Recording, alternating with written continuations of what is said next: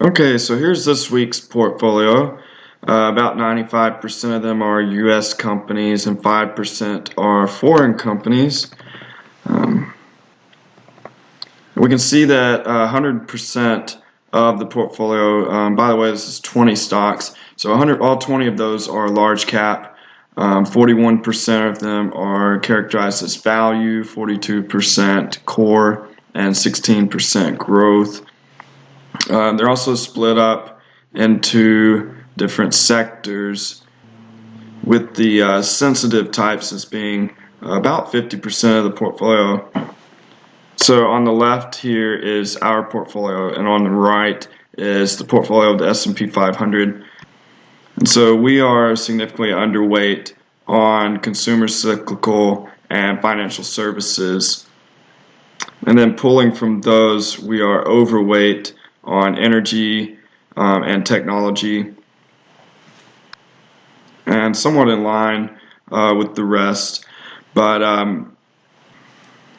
the major sectors that we are invested in would be the energy, technology, and healthcare. And those three sectors combined make up about 57% of our portfolio.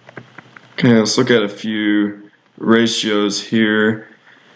Our prospective PE ratio is about 14, and that's 83% of S&P 500. So we're buying earnings at a little bit less than the price of the S&P 500's purchase of earnings. Same thing with the price to book ratio. We're at about 2.68, and so we're buying the net assets of the company for about 90% of what you would be buying the S&P 500's net assets for.